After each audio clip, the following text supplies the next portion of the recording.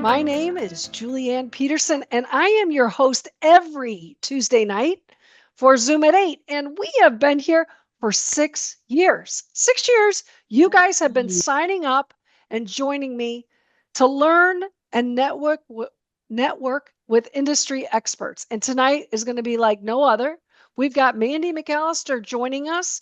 Some of you know her, some of you do not know her, and you will get to leave tonight with such a treat of learning and trying to figure out who your next partner might be, how maybe Mandy can bring some insight to, how did she find her first, second, third partner? The trials and tribulations of partnerships. So, listen, if you're looking at a deal, I'd certainly love to have the opportunity to be your lender of choice. All right. That means you're going to let me look at the deal. Do not put in the offer until you swing on by. I want to make sure you're not overpaying, especially these days. You want to go in with the right basis. All right. The interest rates have been holding high for a very long time on a lot of these bridge loans. There are opportunities out there, but you want to make sure that you don't go in too high. So I'm going to look at your T12, the rent roll, the OM, and your underwriting model. Send it all to me and let me take a look. And if we can get you into an agency loan, your Fannie or Freddie, that's your best lending. I'd love that opportunity. Now, we'll do lending with banks, with Bridge, with CMBS, with Lifeco. So we're not just agency lenders, and we are really specialists in multifamily. All right. So we'd love to have the opportunity to help you out. Let's get on with the show, right? So, good evening, everybody. If you are new and you didn't hear tonight, we've got Mandy McAllister in the house. She is a multifamily real estate investor, mindset ninja, and a connector. Very similar to me. In fact, she's from Chicago, like me. We have the same kind of energy. She spent the bulk of her career in medical device sales. She chased cases and commission checks. So, but in 2021, Mandy left that W-2 and she leaned in on the financial independence where she wants to build through real estate investing. She also now serves as a co-founder CEO of GoBundance Women. It is a tribe of healthy, wealthy, generous women who choose to lead epic lives. That is many of the women in this room. Her real estate expertise includes repositioning underperforming assets to increase cash flow and value. You got to listen here. Her portfolio is currently comprised of 373 doors of B-class workforce housing, furnished student housing, and a motel reposition. We've got a lot to talk about. She is also proud to be the mama of a hilarious 9-year-old named Duncan, who coincidentally wants to be a real estate investor when he grows up. Mandy just recently got married. She's taken on a couple new kids in her life. So, man, oh man, she is a busy, busy gal. She is actually also a daughter of a farmer. More stuff to talk about. You need a So, bill. Hey, I got you. there you go. So, coming live from Chicago is Mandy McAllister. Welcome to Zoom at 8, Mandy. Hi, So guys. glad So you're excited here. to be here. Thank you for having me, Julie. Now, listen, everybody, let's give Mandy all of our attention. Go to your view. There's 9 little dots at the top of your screen or the bottom. Bring up speaker. And there you see beautiful Mandy. Maybe I am. Mandy, why don't you say hello? Oh, There you go. hi. There How's she it going? is. So, Mandy, I've known you for 6 years, 7 years, I don't know, something like that. You're on fire. Your energy is contagious. And I just love that you're here to help the people in the room understand your journey. I think it's always exciting to jump in, but sometimes it's not always what it's cracked up to be. We get into education programs. We hear how we can build this passive income, how easy it is to capital raise.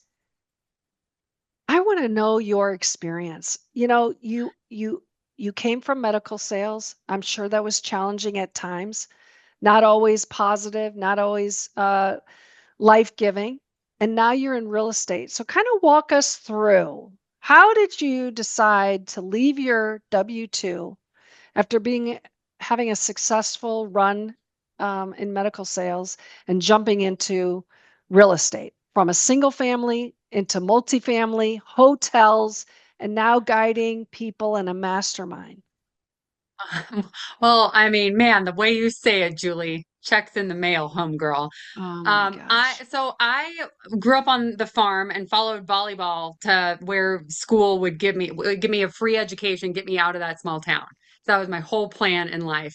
And actually, in college, I was at a party where a friend was explaining that the house of the porch that we were standing on, her dad bought the house and she got to rent out the rooms and she got to keep that extra money. And I thought it was the best damn idea I had ever heard in my whole life. So at 19 years old, I had decided that I must be a real estate investor. But, like a high performing girl, woman, whatever, I did everything as perfectly as possible. I was so scared of screwing anything up. I didn't do anything with that. I got the right grades. I got the right master's degree. I got the right jobs and ended up not doing anything with it until I was 35. I bought a fourplex at 35. So anyway, I started with the fourplex, hired a guy who had lost $50 million in the last downturn because I wanted to learn how to not do that you know Yeah. and I realized that this non-recourse debt was really the direction that I wanted to run.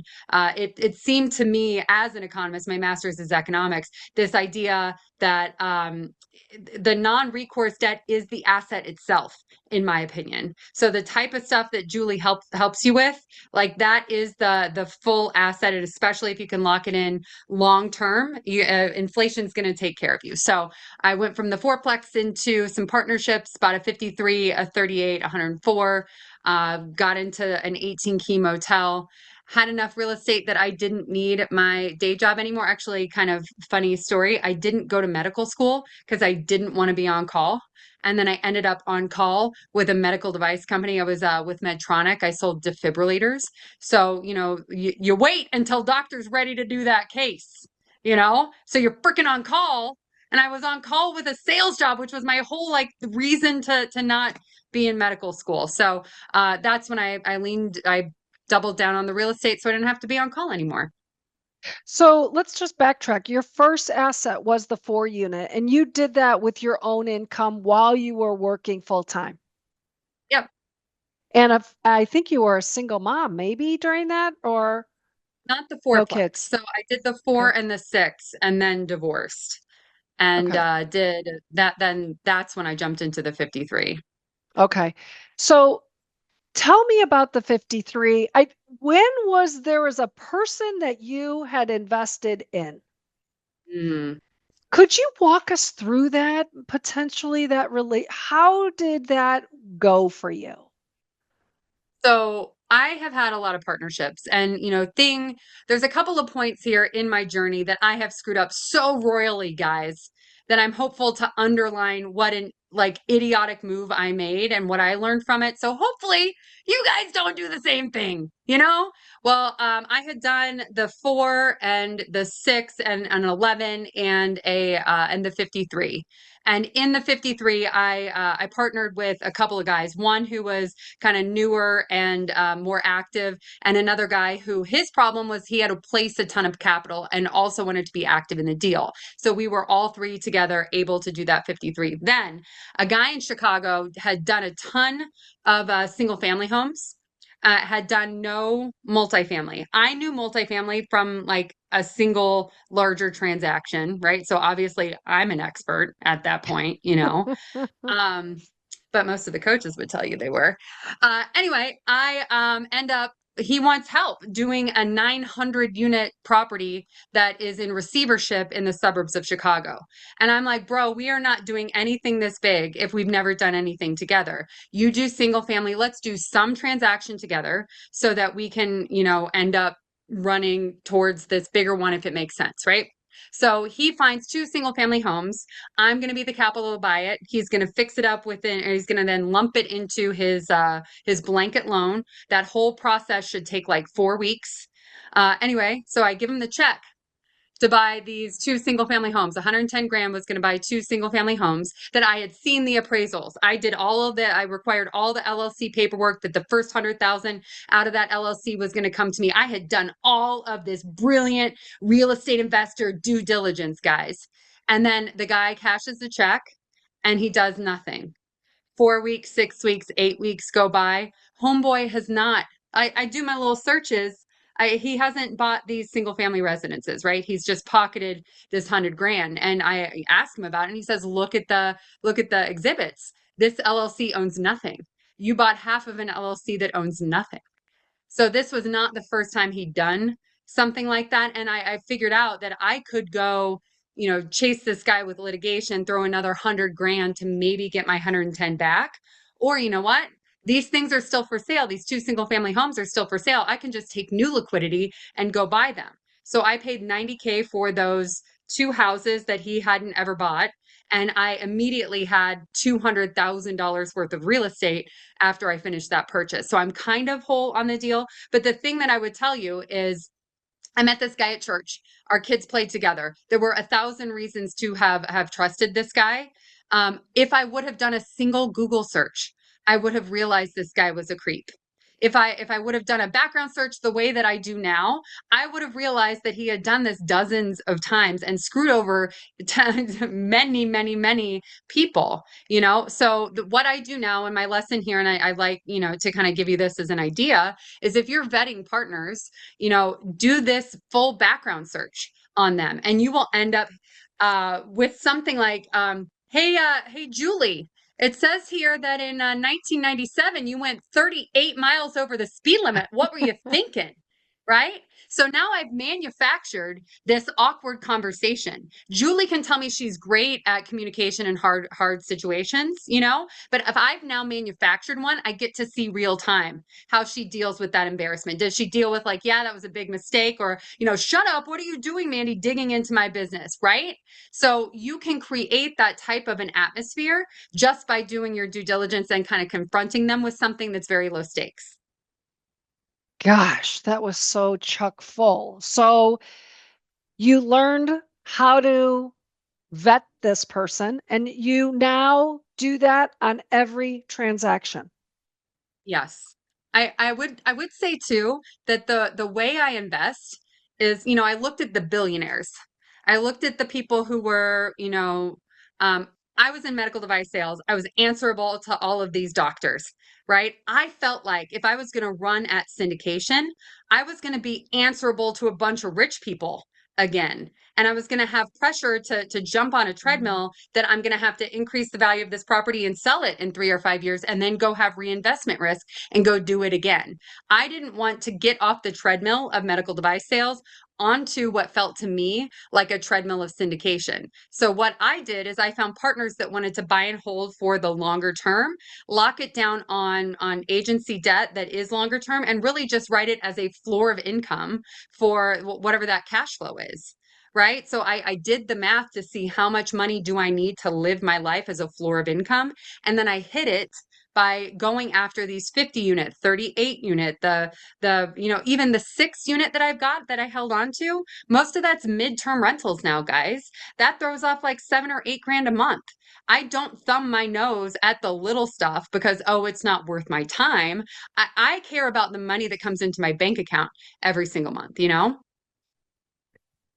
I want to talk about JV deals because you have been really consistently talking about the smaller deals, working with smaller amounts of people.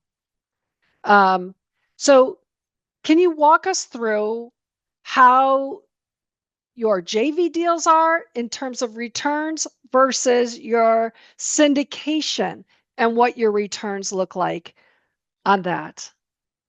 So, let me maybe back up and describe how I look at earning money. Mhm. So when you go exchange your time for dollars in a job or flipping houses or whatever, like you only get to do it once. If you're going to flip a house, improve it, and sell it for more to capture that equity upside, you only get to sell it once. If you're going to do something like a syndication does, take something, increase that NOI over the course of 3 years, you only get disposition once, guys. That is one-time money. Or you can set something up with express purpose of having it pay you every single month forever. So when I'm going to go out and earn money, I'm willing to earn one-time money, but if and only if it's building this pile of cash that's going to help me one day go buy a forever money asset. And that forever money asset is the thing that provides a floor of income for myself, right? So I do things like I have syndicated before. I'm also not going to thumb my nose at that because in my joint venture deals, those require usually about $1.5 million to close on the size that we like to buy. And, some of my friends, they don't have $500,000 or $1 million to throw around. They have 50 grand that they want to put into something and they really believe in the type of stuff that I'm doing. So I found a deal that kind of met my criteria and I was part of the syndication team to help them place 50K at a time. Right. But I did that not for the money because the deal made sense. So because I have freed myself from the shackles of having to go do a deal, I get to sit on my hands if I want to sit on my hands. The JV deals that I do, my criteria, my buy box, the Mandy buy box, not the your buy box, is I want to buy something on agency debt, so the 90 for 90 stuff. We know we can't borrow any rehab dollars, right? So I like it to have what I call non-construction risk value add opportunity, like no pet rent, like no parking fees, like no laundry or things like that, And then we like to see a 10% double digit cash on cash by year 2. So what that means is I might buy it at a 5% cash on cash year 1, but then once I've executed this business plan of a pet rent and a parking and a laundry, does it put me up over that 10% cash on cash by year 2? So the 53, just as an example, we underwrote it to cash flow 18,000 a month, but for the first 2 years, it cash flowed 19,000 a month. Me and 2 dudes, right? So I don't know if you've done the math on what you need to live your life. I did, and I keep it right here, you know, so that I I can want you look at to it go every over single. that if you have a moment. I want to Yeah, dig into totally. that. And I'll give you this link. A thing Yes. that I realized when I wanted to leave my W-2 when I was playing in the world of multifamily, all of the gurus, they really only pound home the idea of syndication, syndication. Oh, you too, no money down and don't buy a fourplex and just buy 400 and you're dumb if you buy a fourplex. Like that was the messaging. You know what I Yeah. mean? And it didn't feel authentic to me because what I wanted was financial freedom, like you want me back on the treadmill of having to go find a new deal every single year? That doesn't feel like freedom, the type of freedom that I'm looking for, at least. So I need to figure out how much money do I need every single month to live the life that I want to live. And at the time that I was kind of figuring this out, I'm kind of a junkie for Tony Robbins. If you do, I Mm. got any Tony heads in the house, right? So actually, the 2 millimeter distinction. In golf, 2 millimeters changes everything. It's beautiful to ugly or whatever. Well, I tattooed 2 millimeters as Oh, my little reminder that just a little shift changes everything, So in this kind of process, I had realized I had just read Money Master the Game and did the wealth mastery seminar that he puts on. And one idea that I kind of borrowed from him was there are different levels of financial freedom, right? There's if you know that you're not going to be homeless next month because of the income you have coming in, there is freedom in that. I mhm. know firsthand. Actually, I had a boss tell me, You need to go find more patients. Look at that printer at 10 a.m. and you'll get the list of all the patients that the social workers have talked about, and you can fill out order forms and put it on the chart. Well, that, if you guys don't know, that is a HIPAA violation, and that is very, very illegal. So I didn't have to be someone scared to lose her job, that I got to live by my moral code because I knew that my mortgage was going to be paid as a new single mom, right? Then there's a level of financial freedom of having that plus some really cool like stuff, right? And then there's how much money do you spend every single month? I use an app called Monarch now. I'm not a, Dave Ramsey budget queen. I tried it out for a couple years with the envelopes. My ex-husband wanted to murder me. But, anyway, this idea though, to know what you spend so that you can live your life, like that's kind of important. So I let this app, Monarch, I think it was $60 for the year or something. It gives me a real-time net worth, and it shows me kind of a running average of how much money I spend per month, right? Because there's really, big one-time fees per year that I have to pay, but this really kind of evens that out. So how much money do you have coming in a month on average? Like that's a different level of freedom. Do you have that plus some buffer? And then whatever your absolute freedom is, like I want to belong to a jet membership. I don't want to own a jet because I don't want to go look for those like parts, but I want to fly on the jet membership and let somebody else handle all of this stuff. Guys, I looked it up. It's like 30 grand a year. Like that is not so extraordinary that it seems Yeah. unattainable. So the last piece of that, this absolute freedom, then this is totally borrowed from Tony. Go put a price to the things that you couldn't dream of in your wildest dreams. That $6 million home on water in Nashville that I have on my vision board, like that like what would that cost per month? And then those Mm. numbers end up helping you figure out what you're shooting for. How much floor of income money, forever money, do you need coming in so that you can go live your life and then know you're doing a deal because it's a really great deal and not because you have to go do a deal and you're thirsty. Okay, all that to say, you decided that you were going to have a certain number that you had to get to, right, in order to do that. So what steps have you taken now that you have that awareness? And I think that's the thing that we don't do in this community is get a roadmap. Yeah. There's no roadmap to doing lending. Like nobody's talking about, hey, how much is your net worth and who do you need to find to be your partners? Nobody's talking about that. So for you, Mandy, you made a decision how much money you need and how you're going to get there. So what have you done? What have you purchased? What decisions have you made that are making you get to that number? I know of a couple. So let's talk about, I don't know if this has changed, but the hotel, Mhm. car wash. Yeah. Oh yeah, I bought a car wash too. Guys, your girl loves a shiny penny. you know just I really love a shiny penny. So what bought me out of my day job, right? Which I mean I just posted this the link of that calculator because this is the thing that I was trying to find and I couldn't find, so I friggin' made it. Yeah. Right. So there's two tabs when you do it. One of them is an example. Spoiler alert, the example is my numbers. Right. So like Oh. I was really surprised that I needed less money than I thought I did. Right. So to hit the level of cash flow that I needed to be willing to walk away from a job, I needed less than 13 grand a month. And that felt really attainable because I was at like 8 or 9 when I kind of did this original math. So the way that I've done these deals, like for instance, that 53 threw off 19 grand a month. I was one of 3 partners in it.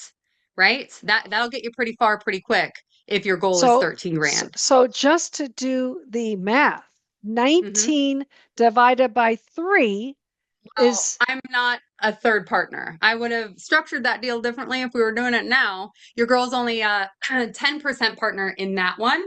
And then I get a partial asset management fee because I go down there more than the other two. My little brother lives in Indianapolis. So my take home there, it's actually, I have the tracker right here. On that asset is roughly, call it 2,500 a month. The 38 unit that I own 25% of, I also get $2,500 from that. I get roughly like 7 or 8 grand, depending on the month, for that sixplex. You know, the car wash cash flows roughly 3-ish thousand a month, depending on the month. Very high months at the motel, we peaked at 10 grand, but some months we do, that's very seasonal and something that I plan to get out of here in the short term.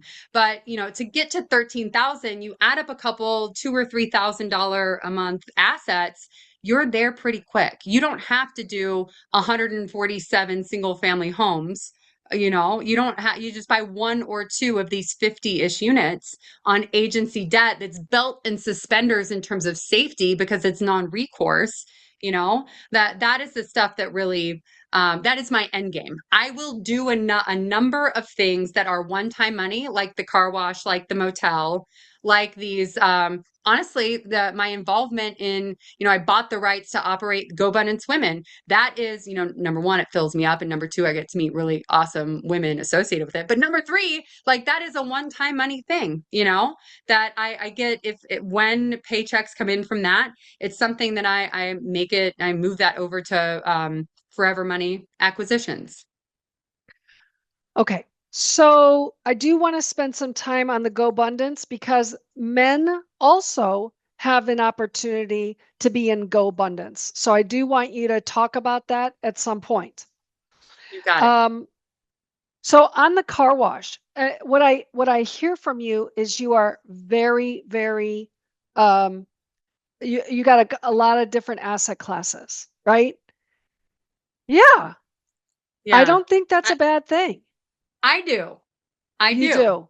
Yeah. So okay, let me kind of back up and tell you a little bit about that. So, when real estate kind of stopped penciling for a while, one of the things that was kind of all the hotness in GoBundance was, oh, let's go buy a small business. The silver tsunami and the retirement and the wealth transfer. And if you haven't Right. read this book, this was my gateway drug to buying businesses, buy then build. This guy Walker Dybel, we've since become friends. And anyway, so I was so proud to tell him that I was under contract with this car wash because here was my criteria. I wanted it needed to be close to me because the motel is 5 hours away from me and I didn't want to make that mistake again. I needed it to have as few employees as possible. So a self-service car wash or a laundromat really fit the bill, right? And then I wanted it to be mostly real estate. Because I speak real estate, I would better understand the financing of a real estate deal than something that was like pure SBA by buying a, YouTube channel or whatever. So those were my criteria. I ended up finding a car wash that made perfect sense, 25 minutes from my house, and I'm under contract for it. And I have a catch up call with my friend Walker, right? I'm like, Hmm. Walker, guess what? I'm under contract for a car wash. And he goes, oh, I never own a car wash. And I'm like, say more. He's like, something is always broken at a car wash. And you know what? He is so right. Something is always broken at this damn car wash. But the mindset shift there is like, it's not an emergency. If something is broken, you put a cone in front of it, somebody's going to wash their car in one of the other 7 bays, right? It was a very heavy real estate transaction. Basically, I was able to just finance the real estate, not the business portion. One reason that this was interesting to me, this book was the gateway drug. However, a call that we do at GoBundance, it's men and women together, that we dissect people whose net worths are 10 million plus, right? So an 8-figure or a 9-figure net worth, what got you to 7 figures probably ain't gonna get you to 8 or 9 figures, right? So let's dissect what did get these people there. And one thing kept coming true, that it was they always, you could kind of like white knuckle it with real estate to 8 figures. You could get there, but it takes a long time. But the people who went fast, or the people who went to 200 million, they got there with some sort of a business interest, right? So I thought, oh, this is my chance for a heavy pile of heavier cash flow, a one-time money type thing that's heavier and faster, so that I can then throw it into my end game of these personally owned or in joint venture owned assets It's been so much brain space, guys. I either need to own four more of these to afford the scale. It's just like buying a fourplex. If you buy a fourplex and you put a property manager on it, you want a freaking lobotomy because you have to talk to Joey for lease up and Steve for keys and Steven for make readies. Like there are 462 people for you to know how to do business inside this for your freaking fourplex, right? But at about the 500 unit or at about the 50 unit size, you get the one person, you know? So that's really why my end game is always going to be these 50-ish unit multis. And also, on that mark too, um, I like to fish where there's fish. I don't want to fish where there's a lot of fishermen. So I'm hearing some Midwest here. I think Mm. the Midwest is amazing and boring and ain't nobody talking about it, right? Everybody and their dog is talking about Florida and Texas. And listen, I'm not about to say that deals there can't be amazing. And especially like I heard of a lot of San Antonio foreclosures that are happening right now. I think if you can scoop up a foreclosure of one of these larger assets, that is a major win. But I like the boring. I want boring in my money and excitement on everything else.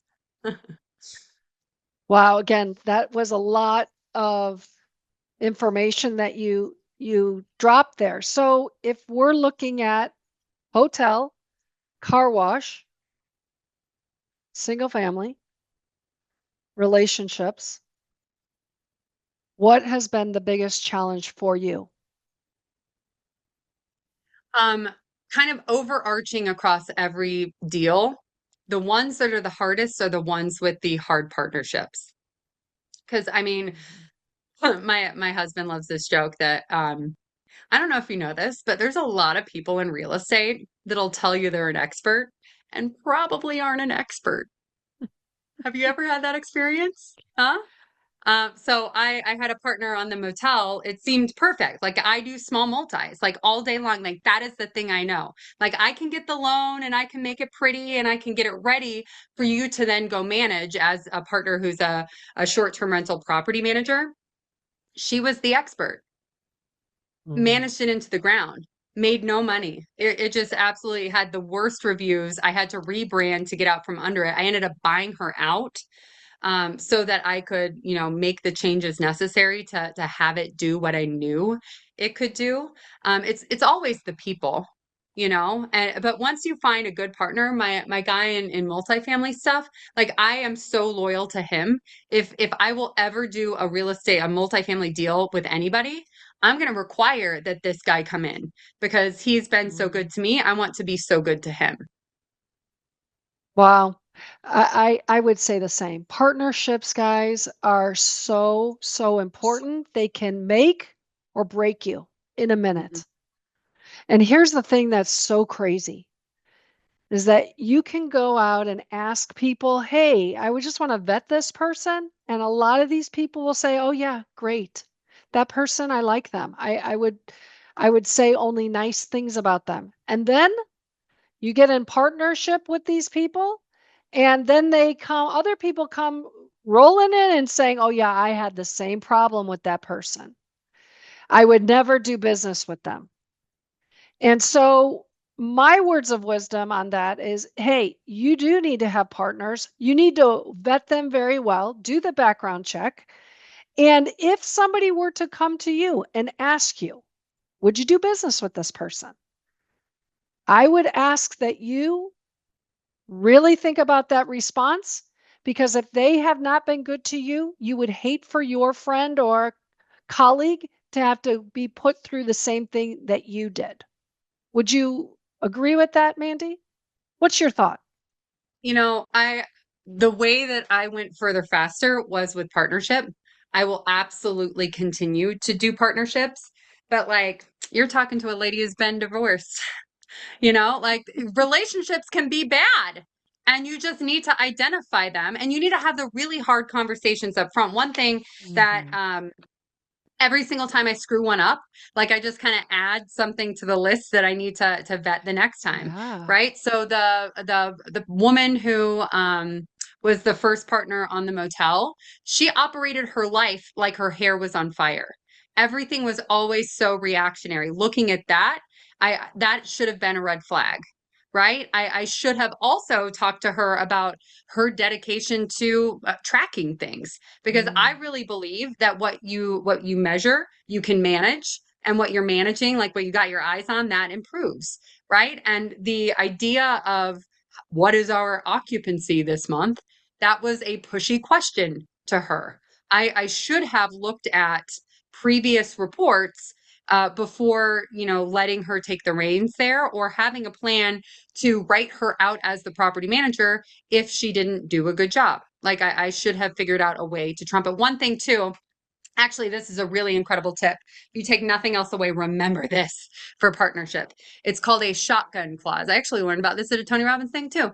A shotgun clause. So this partner, I basically, we both, I had about 55 grand, like it was a low stakes deal. I had 55 grand into the motel, and I thought that my shares were maybe worth 100. So I told her, like, listen, why don't you buy me out for 55 grand? Then you get that extra delta. Like, this, just buy me out for what I've got in it, and we'll call it a day. Right? And she's like, no, I'm not, I don't have, I don't have 55 grand to give you. And I said, okay, great. Then I would like to buy you out. And she said, okay, it'll be 250 grand. Bless her soul, right? So what this shotgun clause does is, if I offer to let you buy me out at 55 grand and you say no, I automatically get to buy you out at 55 grand. Okay. So write Wow. that down if you're going to be negotiating any JV agreements, that the shotgun clause is entirely, it'll get you out of some jams. Great tip. Great tip. And how did Have you a hand hear? up, Julianne Peterson. Yes, Herbert. Hey, I like I'm curious about that. I think it's interesting, but like, how do you get around them from giving you, like, I don't know, if the value of it, say, was 55,000 and they come in at 25,000, and you, of course, are going to say no, right? Like, could it, like, Ah, Let's say you and I co-own something, yeah, right? If I say I can buy you out for whatever dollar value, and you say no, like, let's say we own this pen together. Hey, Hubert, I will pay you $10,000 for this pen. And you're yeah. like, no. Then I can automatically pay you. Like, if you're lowballing me, who cares? Like, you first get the opportunity to accept a lowball. Like, for it starts in the favor of the other person. Just think that through for a second. Like, you have to, if I offer you $1 million for this pen and you say no, then you get to buy it from me for $1 million. Great. Do you see how that works? So, Yeah, no, to be honest, no. So is it an option, or is it is it an option to buy, or is it a contract? Like, Google it. I think it's a seller first situation. It's You kind of know, a, But when you're a playing right poker and you first. can see the other guy's chips, and you know he doesn't have that many chips, you can force a sale that's at your advantage. You absolutely could, and it Yeah. protects you more than anything else. So you would never really do it, guys, unless you wanted to get rid of your partner. mm-hmm. Am I correct? That's the asking. Yeah, you're selling at a Asking discount. I entrance think into is the the key. conversation of, you know what, you're not performing. For whatever reason, I didn't do my job in developing a system properly. I'm going to offer you this $10,000. Once they say, "Oh no, I don't," that's a good deal for me. You say, Right. "Oh, that's not a good deal for me," and then that shotgun kicks in. That is in every subsequent joint venture that I do, That's because cool. I will always have an out, um, if I need to get out from a partnership that's gone bad. You could also have a clause for that too, Mandy. So there's a ton of clauses that you could do. This one specifically, Yeah. is something And that shotgun. yeah. Being from Texas, we like that one. All right, Mandy. So we've talked about the markets. We're not going to chase after what you are doing, but where are you? I mean, the Midwest, yes, that's a big area. You live in Chicago. Are you investing in Chicago? And I why don't not? trust it, guys. Sorry, Mark Gross. I feel like, okay, during COVID, there was a sweet lady. I was a single mom at the time. There was a sweet lady who one of my residents, 24 months, $0 in rent. This woman paid me 26 months actually. So I realized at that point, like, number one, I'm not going to buy here anymore. Number two, guys, so my husband is a high school gym coach. His pension in 11 years is going to be 15 grand a month. How many gym coaches do you like? Neat for us, right? But Illinois is going to freaking go bankrupt. And how are they going to make all of these good on all of these promises that they have to pay? In my opinion, they're going to go to the landowner, right? And tax them through the nose in an even bigger way. So I don't want to own Jack in Illinois because I've seen kind of under the curtain. Will not invest in Illinois. So I wanted to be able to get down and back by dinner. And that ended up being, my little brother lives in Indianapolis. That's a market that I love. Kenosha, Wisconsin, actually. So in Foxconn, I don't know if you remember this. My Milwaukee girl is nodding up there. But you remember when Trump 1.0 flew into Kenosha and he's like, Foxconn, largest Chinese investment in America ever. It was going to be like 20,000 jobs, and like 5 jobs showed up. But a lot of tech has come into Milwaukee. Actually, Julie and I were talking about that recently. The level of tech coming to Milwaukee and then thereby benefiting Kenosha, especially with the Kenosha proximity to Illinois. I like that. And that's why I can't talk myself into selling the sixplex. Yeah, no, that's great. I like that area for sure. All right, let's kind of pivot to GoBundance. GoBundance. A lot of people want a place to be with people, women or men, in a place where you can mastermind with people that are at your level, your belief system, where you're trying to go in life. So, Mandy, can you talk about what it is for both men and women, what people can think about for if they were interested in GoBundance, what they would learn, what the expectation is of the people that you're in the rooms with? Sure. We are the tribe of healthy, wealthy, generous people who choose to lead epic lives. Yes, financial freedom matters. And that is a big piece of stuff that we talk about, but it is not the only thing, right? Once you get money figured out to a certain level, you realize that it's about so much more than that. Are you connected in your relationships in the way you want to be? Are you healthy in a way that feels age defying? Are you giving back in a way that feels really authentic? One thing for me that I didn't realize is I wasn't going on any adventures. And this group really lives by bucket list adventures, right? I had my head down and was working so hard on this financial freedom thing that I, wasn't doing the fun stuff. And, the thing that we do is we set goals, not just around the money stuff, but about the other things that matter to us too. And then we freaking peer pressure each other into achieving them. I decided that it would be fun to buy an RV a couple years ago, and then I freaking bought one to take the kids on some adventures, and now I have the memories, and so do they. And I did it because I got peer pressured by my girls in my group. I looked to join actually in 2017 before the women's division started. Because I felt completely alone.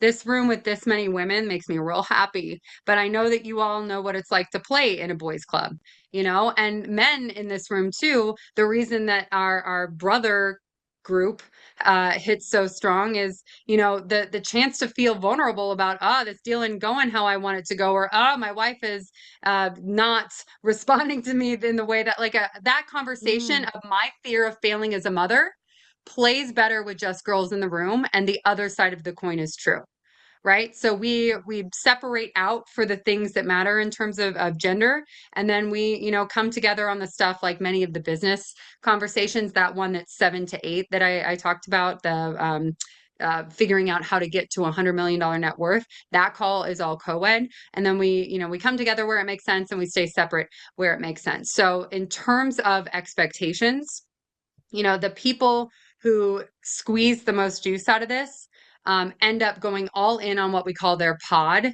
It's a subgroup of 4 to 7 people that it's a call every week or every other week. And you talk about all the things. And that's where you get your peer pressure to do the stuff that you say you're going to do, because your ability to show up for yourself will never be as good as it is to show up for other people. And then they get to an event. We put on some pretty cool events and bring in some pretty high level speakers roughly 4 times a year. Awesome. So if you were to give us some words of wisdom, I know we talked about the partnership, right? But for yourself, you've learned a lot about yourself through GoBundance, through real estate, through working at a W-2, being alone in this journey as an investor, having kids. Words of wisdom for somebody in the room that feels like, hey, I want to better my life. And how do I get there? What would you say? I'm putting you on the spot. You didn't I know love this it. questions. This is my jam, girl. I feel like, so much unhappiness comes from whatever expectations other people put on you. This idea, if you've been playing in the, like, just as an example, if you've been playing in the multifamily sandbox for long enough, you might be a hammer who sees nails, and those nails are syndication, right? If the life you want is better built on a legacy owned just for your own accounts, smaller asset, which thing gets you to the goal of the best possible life that you want to live? The exercise that really helped me figure this out for myself was what is a perfect life except for a bunch of days strung together that feel like the perfect day, right? So I love this exercise. My poor husband, I made him do it 24 times. Like, write out the stuff that feels like, how do you, like, I want to wake up smelling coffee, and I want to see water, and I want to wake up slow, and I want to have really smart discussions, and I want to leave somebody feeling empowered. Like, these are the things that all put together make for a perfect day for me. And then I just need to figure out how to go run after those things. If you have a partner, it's really cool for you to do your list and to make your partner go into another part of the world and do their list. And then over a glass of wine or something, talk about the things that matter so much to you and they matter so much to them. It's going to be really neat to figure out where you overlap and how you can then support your partner. That has been really cool, and leaning into those things, because that's my North Star. That's what I'm running to, and if my deal doesn't help me move in that direction, then I don't want to do that deal. It becomes so much easier to figure out what I want to be spending my time on and my money on, if it puts me in the direction of the thing, that North Star that I'm fully chasing. I mean, that really goes back to your roadmap.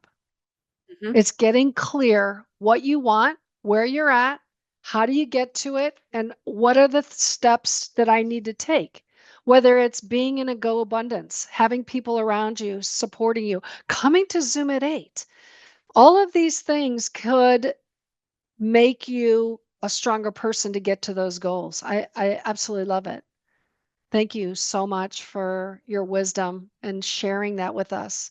It's yield is yield is yield, and honestly, in terms of my first job out of grad school, I was a trader, and it's much easier to make a huge yield play, a huge yield win, when you're betting smaller amounts, right? So the chance, like, think about it, it's a penny stock. If you buy a penny stock and it goes to 2 pennies, you increase the value by 100%, Yeah. right? If you're deploying hundreds of millions of dollars at a time, like a hedge fund would, it's much harder to reach that level of growth yield. So use it to our advantage, So, Mandy, if somebody wants to get a hold of you, how would they, and interested in either having a conversation or investing with you, how would they do that? Best way to see all the stuff that I'm up to is my website, mandymcallister.com. I actually also put in the chat all of my socials. I'm trying to be more active. I got kicked off all the socials, so I'm rebuilding.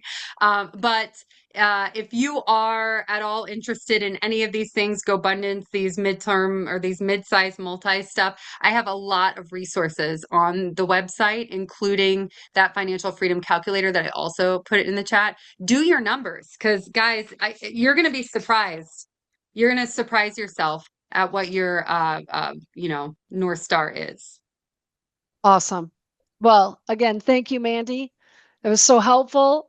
For those of you who don't get to join us but watch after, make sure you reach out to Mandy as well.